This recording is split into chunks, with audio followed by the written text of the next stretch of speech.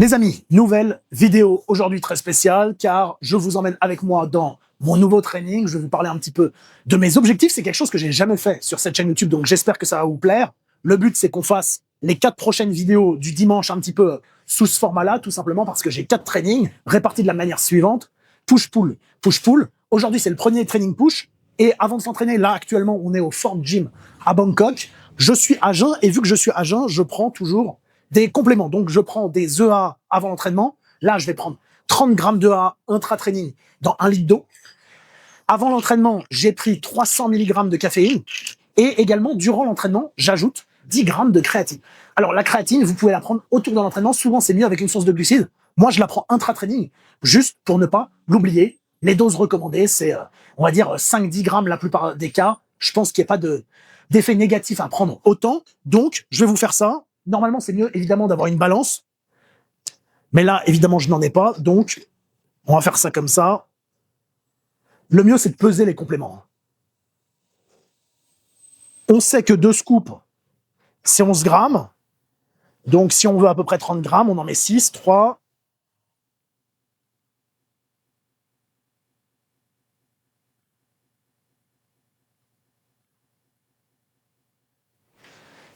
Évidemment, tous ces compléments sont disponibles chez Tsunami Nutrition ainsi que ce t-shirt avec le code ThePrepDad. Ça me soutient énormément si vous utilisez le code. Je sais qu'il y a de gros influenceurs également qui sont sponsorisés par Tsunami. Donc, si vous faites le choix aujourd'hui d'utiliser mon code, je vous en remercie. Et je mets également à disposition un guide gratuit des compléments. Le lien est dans la description.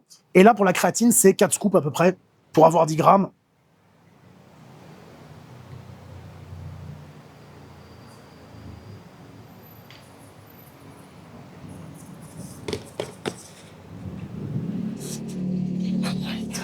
Donc voilà, et ça, je le dilue avec, évidemment, 1 litre d'eau, voire 1,5 litre, c'est-à-dire qu'à la fin du training, si je trouve ça un petit peu trop écœurant le goût, je vais ajouter un petit peu plus d'eau. Ça change pas grand-chose. Donc, voilà pour la petite intro, et puis c'est parti. Bon, du coup, première séance de la semaine, actuellement, on est lundi, on est le matin, là, à Bangkok. Je vais faire push, donc je répartis les séances push de 2 manières dans la semaine. La première séance push, c'est uniquement haut du corps, et la deuxième séance push, on aura également adducteur mollet, quadriceps dedans. Donc, dans cette première séance push, que va-t-on avoir? On va avoir, et on va commencer par 4 séries d'élévation latérale à la machine. Je commence par le deltoïde latéral pour 2 raisons. Premièrement, parce que c'est quelque chose que j'ai envie de développer, donc je le priorise, mais surtout parce que je trouve que ça m'aide ensuite sur mes patterns de poussée par rapport aux épaules. Je trouve que ça fait toujours du bien. Ensuite, on va faire 2 séries de fly. Alors, le fly, ici, je l'aime pas trop, mais on va quand même le tester. Si je l'aime vraiment pas, je pense que je changerai pour autre chose. On va faire du fly, enfin, quand je dis fly, c'est pec deck, et tout simplement, pourquoi mettre un exercice d'isolation avant un exercice polyarticulaire? Là, la raison, elle est extrêmement simple. Si je commence par les exercices polyarticulaires, je full stack les machines et je fais beaucoup de répétitions. Car le problème dans cette salle, c'est que le stack de machines est relativement peu élevé, il n'y a pas de jimping. Donc je trouve que c'est intéressant tout simplement par commencer par un exercice d'isolation pour cette raison-là. Ensuite, je vais faire 2 séries d'inclinés. Enfin alors non, c'est plus du coucher prime, du chest press prime, mais je vais le prendre en prise neutre pour avoir un peu plus de flexion de l'épaule et donc sûrement cibler un petit peu plus la partie claviculaire des pectoraux. Ensuite, je ferai une chest press déclinée, cette fois-ci gymléco, et ensuite, je ferai 2 séries de deltoïdes antérieurs à la machine Strive. Il y a beaucoup de bruit dans la salle, donc je ne sais pas si j'aurai le temps de vous expliquer comment je règle les machines Strive, mais si j'en ai l'occasion, je le ferai, sinon je le ferai à la fin de la séance. Et enfin, je terminerai par 3 séries d'exercices pour les triceps. Alors pour les triceps, je sais pas encore si je vais faire une extension au-dessus de la tête, ça dépend de la poulie. Je vais regarder, ou si je vais faire une extension avec haltère sur le banc, ou si je vais faire une extension avec un petit peu de flexion d'épaule sur machine. Donc ça, c'est à voir. Le volume, évidemment, c'est réparti en fonction de ma préférence personnelle et surtout de ma capacité à récupérer. Là, il y a plusieurs objectifs. Petit 1 pour moi, c'est que la séance dure pas trop longtemps parce que j'ai pas énormément de temps dans la semaine. Là, je recommence à avoir des objectifs un peu plus sérieux et je sais d'ailleurs qu'il y a beaucoup de personnes pendant longtemps qui, soit d'une manière un petit peu ironique, mettaient quand est-ce que ThePrepDad va montrer sa transformation, ou encore venez me critiquer sur mon physique. Alors déjà, je fais cette série juste pour vous montrer mes entraînements et partager ça. Et deuxièmement également, pour dire que à certains moments, il faut prioriser ce que vous voulez prioriser. Pendant très longtemps, j'ai priorisé le développement de mon coaching, les résultats de mes clients et de mes athlètes, ce que j'estime bien plus important, et surtout la satisfaction des membres du Mastermind, la formation qui aide des centaines de coachs en ligne chaque année à réellement se développer autour du business, des systèmes et des connaissances de coaching. Si vous êtes intéressé, le lien est dans la description. Et aujourd'hui, j'ai un petit peu plus de temps, donc je reprends 4 trainings sérieux par semaine. Peut-être d'ailleurs, on fera un épisode sur ma diète, ça sera à voir. Donc, let's go, c'est parti.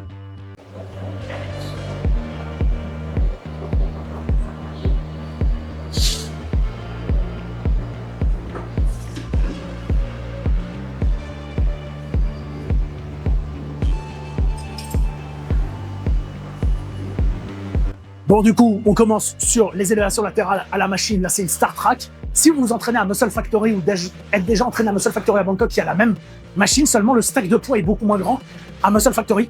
Donc là, je vais faire à peu près 3-4 séries d'échauffement et ensuite, je passerai à mes séries effectives. C'est le seul échauffement que je fais. L'échauffement que je fais, c'est une montée en gamme progressive. Personnellement, ça me suffit. Je vous dis pas spécialement qu'il faut vous échauffer comme ça, mais pour beaucoup de personnes également, c'est suffisant. Tout concernant les gammes de répétition pour mes séries d'échauffement, je fais des gammes de répétition similaires aux gammes de répétition de mes séries effectives. Et là, pour mes séries effectives, je vais tenter d'être entre 6 et 12 répétitions. J'ajusterai au fur et à mesure des semaines.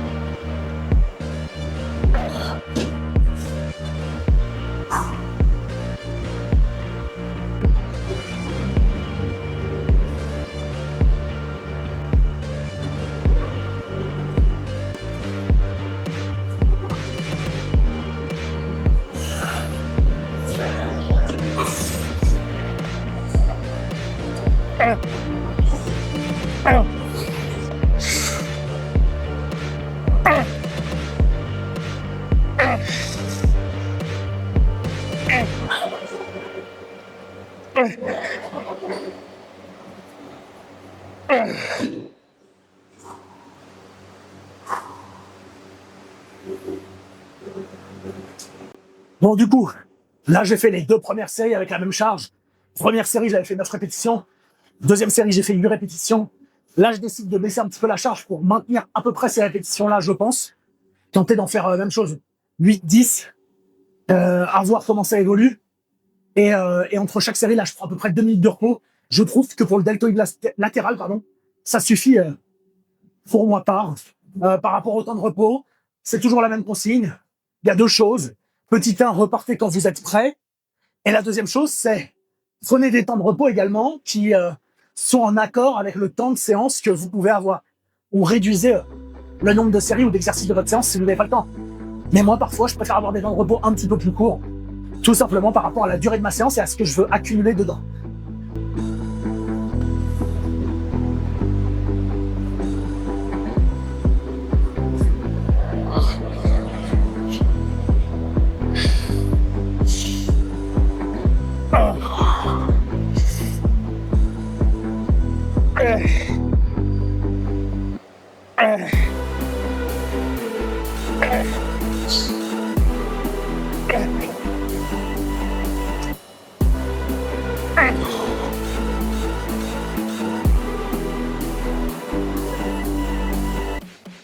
Et là, vous le verrez peut-être sur les vidéos, je sais pas comment le caméraman va monter, mais j'essaye toujours entre les séances, entre les séries, de faire un petit peu de pas.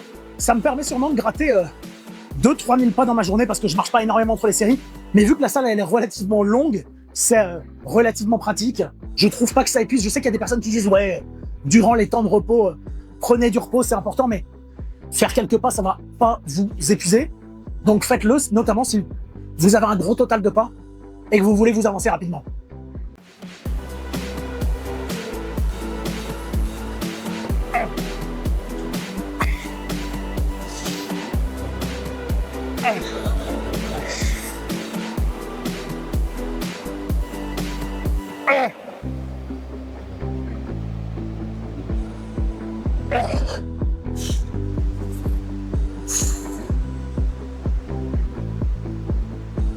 Du coup, là, j'ai fait les 4 séries. Première série, 165 pour 9. Deuxième série, 165 pour 8. Troisième série, 135 pour 10. Quatrième série, 135 pour 8. Je sais pas s'il y aura en montage la dernière rep, je l'ai pas compté vu qu'elle était absolument immonde et c'était une demi-rep. Mais pour vous dire à peu près comment ça baisse, sachant que je pense peut-être qu'à la série 1, j'avais une rep en réserve, mais le reste, j'étais à l'échec. Donc là, c'est parti, deuxième exercice. Pec fly, donc let's go.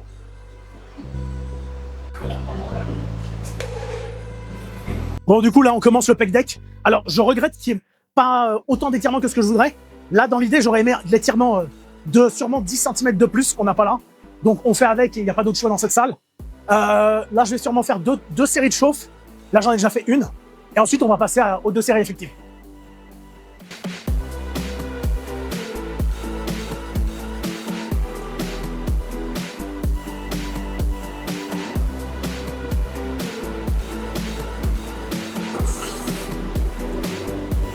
Et là, j'ai un petit peu overshoot la série d'échauffement. Donc j'ai fait une seule rep et je pense que ça sera ma série de travail. Enfin, ma charge de travail, pardon. Donc je me repose 2-3 minutes et puis c'est parti.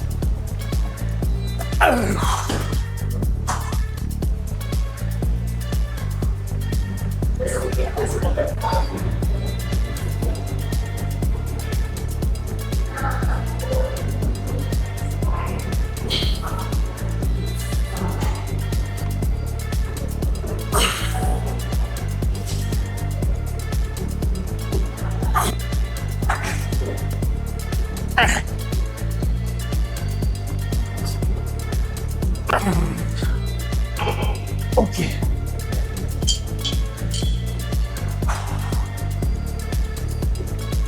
Bon, concernant les réglages de la machine Strive, ce que je décide de faire, c'est de mettre le maximum de tension à l'étirement. Mais je ne mets pas le réglage maximal étiré. Ce que je fais, c'est que je fais en sorte que ça soit le plus chargé en position étirée et un petit peu mid-range. Tout simplement parce que vous verrez, si vous utilisez une machine Strive, si ça charge uniquement à l'étirement, que le reste du mouvement est limite beaucoup trop facile et un petit peu bizarre. Donc, c'est le réglage que je préfère. C'est pas le tout dernier, c'est l'avant-avant-dernier. Et c'est également celui qui s'adapte le plus à la force naturelle que produisent vos muscles.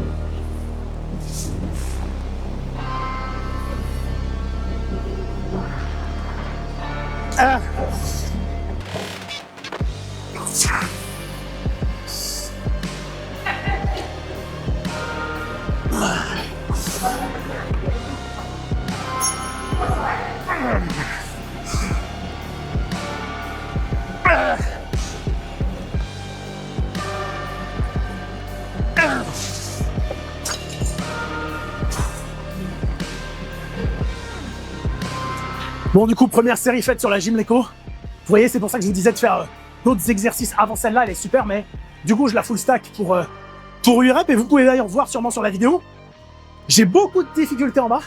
Et quand je pousse d'un coup, ça devient facile. Tout simplement par rapport au profil de résistance là, de la machine où vous allez avoir beaucoup de charge là. Et plus vous allez presser, plus ça va devenir facile. Et d'ailleurs, c'est sur cette Gymleco là, mais également sur celle à disque. Donc, je vais refaire une série à la même charge. Et ensuite, on passera à la shoulder press.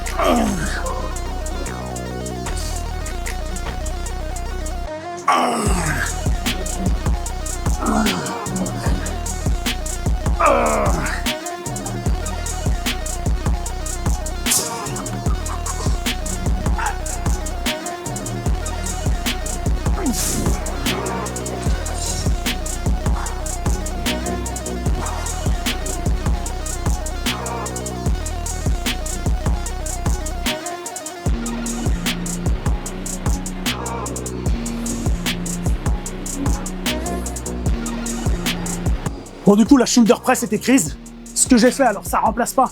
J'ai fait une série plus la de chest press que j'ai pris en prise un peu plus neutre sur la Gymleco. Bon, ça fait quelque chose d'encore plus décliné, mais c'est pas grave, on va dire, pour cette séance. J'ai pas un temps illimité avec la personne qui me filme, donc voilà. C'est surtout pour vous présenter la logique derrière la séance. Et là, le dernier exercice, on va faire des extensions triceps à la corde. Donc, c'est un exercice qui vous... Alors là, je prends une corde longue, tout simplement pour pas avoir à me casser mes poignets et pour, encore une fois, être dans le bon axe. Et surtout, c'est un exercice qui va vous permettre de travailler dans une position totalement raccourcie les triceps. Pourquoi? Parce que vous allez avoir une extension du coude et une extension de l'épaule, ce qui permet de raccourcir totalement les triceps, même si, encore une fois, on aurait sûrement aimé sur ce type d'exercice qui est un peu plus de tension à l'étirement et beaucoup moins à la contraction. Là, c'est pas le cas, mais on fait avec.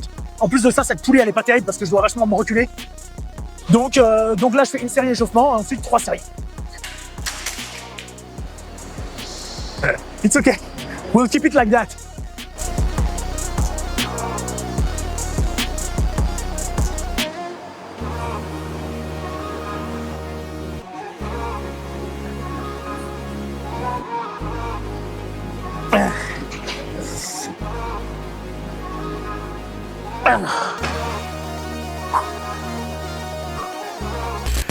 Bon, du coup, séance push terminée. J'espère que ça vous aura plu au niveau du format et que ça vous aura permis de comprendre un petit peu la manière dont je séquence ça, même si 2 vidéos en arrière, avec mon ami Tom, j'avais déjà expliqué comment séquencer sa séance push. Ah non, c'était sa séance upper. Donc là, c'était sa séance push. Dans les prochaines vidéos, on va voir ma séance pull où il y a un peu d'ischio, mon autre séance pull, mon autre séance push où il y aura également des quadriceps adducteurs mollets. Le but, c'est de vous expliquer comment je séquence ça pour moi. Je rappelle encore une fois, il n'y a pas vraiment de vérité générale. Le concept même de l'entraînement, notamment lorsque vous n'avez pas un objectif de bodybuilding pur, c'est de progresser. Si vous progressez, que vous aimez ça, que vous vous faites pas mal, c'est très bien. Peu importe ce que d'autres personnes viendront vous dire, c'est ce qui compte réellement. Évidemment, il y a plein de nuances, etc. à prendre en compte lorsque vous programmez pour vos clients. Ça, je l'explique en détail dans d'autres podcasts. Je l'explique encore plus en détail comment adapter ça à vos clients dans le mastermind. Le lien est toujours en description. Et là, c'est avant tout pour moi. Et moi, la notion que j'ai là, c'est avoir une certaine constance, prendre du plaisir, reprendre ça sérieusement et avoir surtout quelque chose que je peux tenir avec mon emploi du temps qui est relativement chargé. Pour les personnes qui ne savent pas, mon emploi du temps, je me lève relativement tôt le matin, je me couche relativement tard le soir. Il me faut des séances où je tolère le volume sans avoir besoin de déload tous les 4 matins, où je sois pas non plus trop fatigué pour être performant dans les journées de travail. Car finalement, même si je travaille pour moi-même et que je prends énormément de plaisir avec ce que je fais, c'est comme lorsque demain vous allez travailler en bureau, vous avez des tâches à faire et mentalement parlant, vous pouvez pas vous permettre de tout donner pour votre entraînement, du moins pour être uniquement focus sur ça et puis avoir la capacité mentale, on va dire, de bien faire les choses en termes de travail. Car je fais encore énormément de choses en ce moment. Au-delà de coacher de nombreux athlètes, d'organiser le séminaire RTS, de coacher également des personnes juste qui veulent se transformer et surtout de former des coachs dans le mastermind. Là, je suis également en train d'écrire des choses, je pense, qui vont vous intéresser. Donc voilà. Et puis, je pense que c'est à peu près tout ce que j'avais à vous dire. Donc, j'espère que ça vous aidera, que ça pourra également, peut-être pour certains coachs, vous inspirer de faire ces choses-là. Et voilà. Donc, je vous dis à très vite. Merci beaucoup.